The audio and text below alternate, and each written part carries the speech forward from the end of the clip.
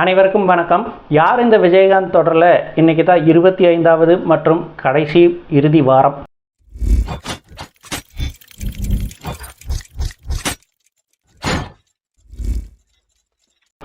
என்னென்னா, கடந்த 25 வாரங்களாக இந்த தொடரை போட்டுட்டு வரோம்.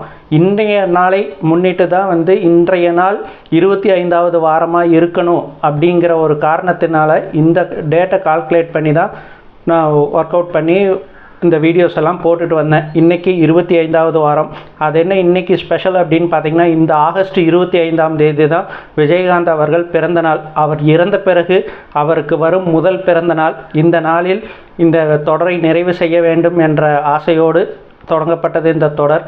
உங்கள் அனைவரின் பேராதரவோடு இந்த 24 வாரங்கள் தொடர்ந்து இந்த தொடரை எழுதி வந்த இன்று அதன் இறுதி பகுதிக்கு வந்துவிட்டோம். அந்த வானத்தை போல மனம் படைச்ச மன்னவனே, பனி துளிய போல குணம் படைச்ச தென்னவனே,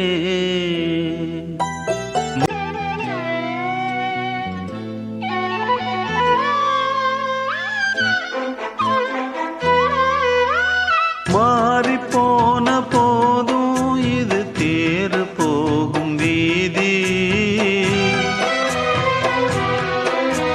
வாரி வாரி தூற்றும் இனி யாரு உனக்கு நாதி, பாசம் வைத்ததாலே நீ பயிரை காத்த வேலி, பயிரை காத்த போதும் வீண் பழியை சுமந்த நீதி, சாமி வந்து கேட்டிடுமா வீண் பழியை தீர்த்திடுமா, விண்ணுக்கும் மண்ணுக்கும் சம்பந்தம் உண்டுன்னு சொன்னது யாரு?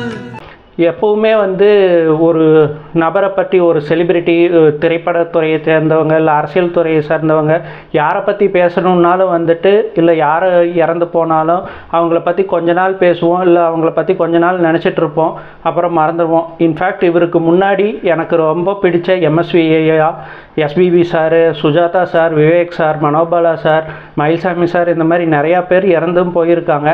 ஆனாலும் அவங்க எல்லாத்த மேலேயும் யார் மீதும் இல்லாத ஒரு ஈர்ப்பு இவர் மேலே மட்டும் ஏன் வந்துச்சு அப்படின்னு எனக்கு தெரியல. கடந்த 8 மாதமாக இவரை பற்றியே நினச்சிட்ருக்கேன், அவரை பற்றியே பேசணும்னு யோசிச்சுட்ருக்கேன். அவர் சம்மந்தப்பட்ட திரைப்படங்களே நிறையா பார்க்குற மாதிரியும் இருக்குது. அதுக்கு காரணம் என்னென்னு யோசித்து பார்த்தோம்னா, ஒரு வகையில் நாசர் சார் சொன்ன மாதிரி அவரோட முரட்டுத்தனமான நேர்மை தான். ஏன்னா அவரோட நேர்மை எந்த இடத்துலையுமே யாருக்காகவும் பயப்படாமல் பின்வாங்காமல் தம் மனசில் பட்டதை வெளியே சொல்கிற ஒரு குணம், அதே மாதிரி எளிய மக்கள்கிட்ட அவர் பழகிற விதம் அப்படின்னு சொல்லி அவரோட எளிமை அண்ட் அந்த நேர்மை தான் எனக்கும் ரொம்ப பிடிச்சதுன்னு நினைக்கிறேன். பயன்தூக்கார் செய்த உதவி நயன்தூக்கின் நன்மை கடலின் பெரிது என்ற வள்ளுவரின் வாக்குக்கிணங்க அவரோட உதவி, அதாவது அவர் செய்த உதவி எப்படின்னா, இல்லாதவர்க்கும் இயலாதவர்க்கும் இந்த வள்ளுவனின் வாக்கிற்கிணங்க அவர் செஞ்சிருக்காரு. அப்படி அவரால் பயன்பெற்ற எத்தனையோ பேர் இன்றளவும் அவரை நினச்சிட்டு தான் இருக்காங்க. அவர் செய்த அந்த நன்மை தான் இன்னைக்கு வரையிலும் என்னையும் இந்த மாதிரி பேச வச்சிருக்கு. ஸோ அந்த மாதிரி மற்றவர்கள் யார் செய்வாங்க இனிமேல் தெரியல. ஆனால் அவருக்கு முன்னாடி புரட்சித் தலைவர் எம்ஜிஆர் செஞ்சார்னு எல்லாருமே சொல்ல கேள்விப்பட்டிருக்கோம். விஜயகாந்த் சார் மக்கள் சேவையில் புரட்சித் தலைவர் எம்ஜிஆரை ஒரு ரோல் மாடலாக எடுத்துக்கிட்டு அவர் தொடக்க காலத்தில் இருந்தது பார்த்தீங்கன்னா டிஎம்கேவில்னாலும் அவரோட மக்கள் சேவைக்கு முன்மாதிரியாக இருந்தது ஃபுல்லாக புரட்சித் தலைவர் எம்ஜிஆர். ஸோ இப்படி கலைஞரோட பாணியிலையும் எம்ஜிஆரோட பாணியிலையும் தனக்குன்னு தனி இடம் பதித்து மக்கள் மனதில் நீங்கா இடம் பிடித்த கேப்டன் அவர்கள் இன்று நம் கூட இல்லை. இருந்தாலும் மறைந்தாலும் பேர் சொல்ல வேண்டும், இவர் போல யாரென்று ஊர் சொல்ல வேண்டும் என்று பணம் படைத்தவன் படத்தில் மக்கள் திலகம் எம்ஜிஆர் அவர்களுக்காக வாலிப கவிஞர் வாலி எழுதின பாட்டிற்கிணங்க அவர் இருந்த வரையிலுமே இன்றளவும் இல்லாமல் போன பிறகும் கூட நம் மக்கள் மனங்களில் நீங்கா இடம் பிடித்து வாழ்ந்து கொண்டிருக்கிறார் கேப்டன். இன்று மட்டுமில்லை, என்றுமே இதே போன்று அவர் நம் மனங்களில் வாழ்ந்து கொண்டிருப்பார் என்பதோடு இந்த தொடரை நிறைவு செய்யலாம் என்று இருக்கிறேன். இதேபோல் அவர் நடித்த பல படங்களை சிறுவத்திலிருந்தே நான் பார்த்து கொண்டு வந்திருக்கிறேன்.